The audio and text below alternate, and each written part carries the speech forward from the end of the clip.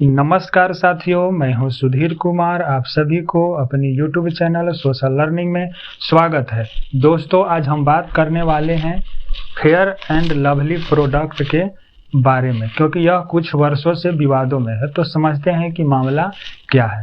दोस्तों, fair and lovely एक brand है जो HUL यानी कि हिंदुस्तान यूनिलीवर का यह एक प्रोडक्ट है।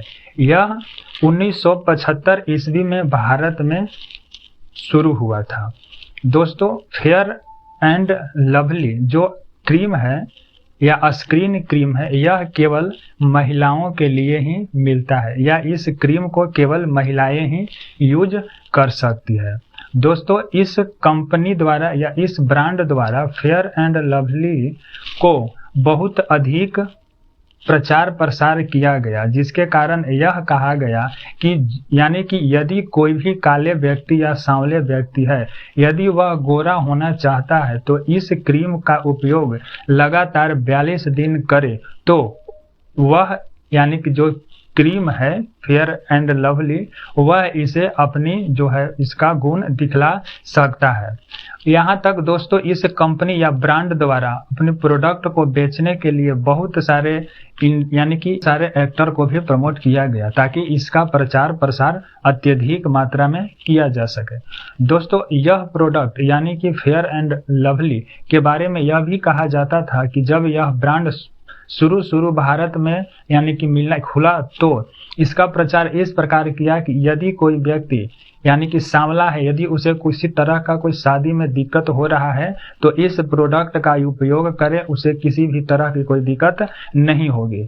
दोस्तों, इसका प्रचार प्रसार अत्यधिक मात्रा में किया गया, यहाँ तक कि एक प्रकार का अंतर दिखलाया गया कि यदि किसी व्यक्ति ने इंटरव्यू में गया, यदि वहां से यदि उसे असफलता मिली तो लोग यह कयास लगा देते थे कि शायद वह काला होगा इसलिए नहीं मिला होगा, और जिसको मिला है उसको यानी गोरा होगा इसलिए मिला होगा। तो दोस्तों, उस वक्त काले और गोरे में विभेद बहुत ज्यादा होने लगा, और इस तरह से प्रचार प्रसार के माध्यम से फेयर एंड लवली को इस प्रकार का ब्रांड बना दिया गया कि जो भी काले लोग हैं वह गोरे हो सकते हैं। और वह अपने प्रोडक्ट पर भी इस प्रकार का ही चित्र दिखाते थे कि पहले काले थे, धीरे धीरे यूज करते करते उसका लाइट बढ़ता चला गया, यानी कि वह गोरा होता चला गया। लोगों ने इसका बहुत बढ़ चढ़ कर ग्राहक बने और इसका जो उत्पादन है धीरे धीरे बहुत ज्यादा अधिक होने लगा।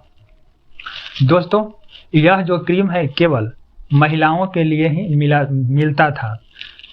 दोस्तों, लोग काले या गोरे क्यों होते हैं? तो दोस्तों, लोग काले और गोरे यानी कि उसके चमड़े के रंग के कारण होते हैं, यानी कि व्यक्ति की जो स्किन है उस पर डिपेंड करता है कि वह व्यक्ति काला है या गोरा है। और उस स्किन के अंदर एक रंजक पाया जाता है जिसे हम मेलानिन बोलते हैं। तो जिस व्यक्ति में मेलानिन की संख्या अत्यधिक होती है वह व्यक्ति उतना ही ज्यादा काला होता है, और यदि मेलानिन की संख्या जितनी कम होगी वह व्यक्ति उतना ही गोरा होगा। तो दोस्तों, गोरा और काला होना अपने त्वचा के रंग पर ही डिपेंड करता है।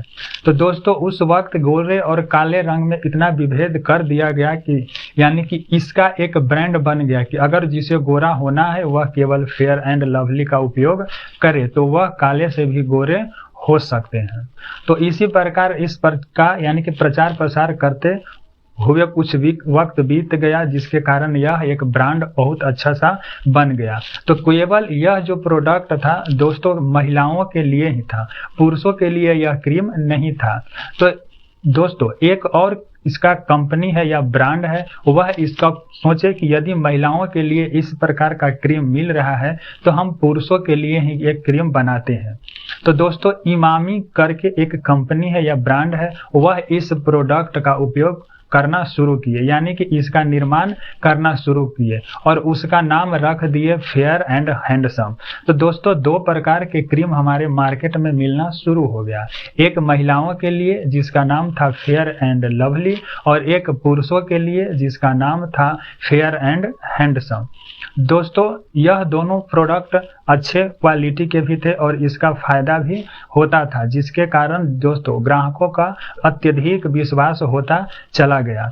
लेकिन दोस्तों यह धीरे धीरे गोरे और काले रंग में विभेद करना शुरू कर दिया, यानी कि श्वेत और अश्वेत में फिर से यह नाम के कारण चर्चा शुरू हो गया।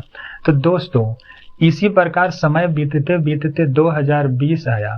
तो इस वक्त यानी कि फेयर एंड लवली की जो ब्रांड कंपनी है वह इसका नाम बदलने के लिए सोचे कि मैं इसका नाम चेंज कर देता हूं, और इसके यानी कि फेयर एंड लवली केवल मिलती थी महिलाओं के लिए, तो कंपनी ने इसका प्रोडक्शन पुरुषों के लिए भी कर दिया, यानी कि HUL जो ब्रांड था वह यानी कंपनी का जो ब्रांड था वह दोनों के लिए निकला, यानी कि पुरुषों के लिए भी और महिलाओं के लिए भी। जो महिलाओं के लिए स्किन क्रीम निकला उसे फेयर एंड लवली के जगह पर ग्लो एंड लवली कर दिया गया, और दोस्तों पुरुषों के लिए जो क्रीम बना उसका नाम ग्लो एंड हैंडसम रख दिया गया। तो दोस्तों HUL जो कंपनी है उसका 2 प्रोडक्ट, एक महिलाओं के लिए एक पुरुषों के लिए भी मिलना शुरू हो गया। दूसरी तरह दोस्तों इमामी का भी एक प्रोडक्ट आता था फेयर एंड हैंडसम। दोस्तों उसने अपना नाम नहीं बदला और उसी नाम से अपना प्रोडक्ट का उत्पादन करना शुरू कर दिया। तो दोस्तों इस वक्त यानी कि लोगों में यानी कि ग्राहकों में यह कंफ्यूजन हो गया कि शायद फेयर एंड हैंडसम का ही नाम बदल कर ग्लो एंड हैंडसम कर दिया है। लोगों या में यह कंफ्यूजन हो गई है कि शायद वही कंपनी है जिसका नाम बदल दिया गया, लेकिन दोस्तों यह जो है दूसरी कंपनी का प्रोडक्ट था और इस पर विश्वास करने लगे, और इस वक्त यानी इस तरह से इस कंपनी का प्रोडक्शन बहुत अच्छा होने लगा, जिसके कारण सेम नाम यानी कि लगभग सेम नाम होने के कारण HUL कंपनी पर इमामी कंपनी यानी कि ब्रांड द्वारा इस पर FIR कर दिया गया कि आप हमारे यानी कि एक ही मार्केट में एक नाम से यानी कि मिलते जुलते नाम से ही प्रोडक्ट नहीं निकाल सकते हैं। दोस्तों यह जो विवाद था धीरे धीरे बढ़ते गया और कोर्ट तक पहुंच गया।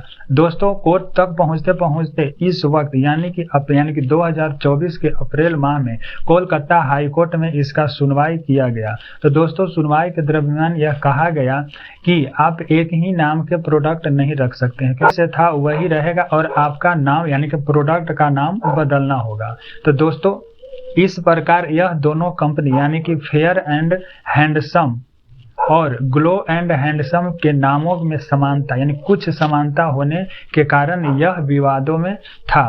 तो दोस्तों इसका नाम अब चेंज करने के लिए कोलकाता हाई कोर्ट द्वारा कहा गया है। दोस्तों यह वीडियो आपको कैसी लगी कमेंट बॉक्स में जरूर लिखिएगा। यदि वीडियो पसंद आई हो तो लाइक करें, अपने दोस्तों और परिवारों के साथ शेयर करें। यदि मेरे चैनल को सब्सक्राइब नहीं किए हैं तो कृपया मेरे चैनल को सब्सक्राइब कर ले, क्योंकि मेरी आने वाली हर एक वीडियो का नोटिफिकेशन आपके साथ पहुंच जाएगा। धन्यवाद।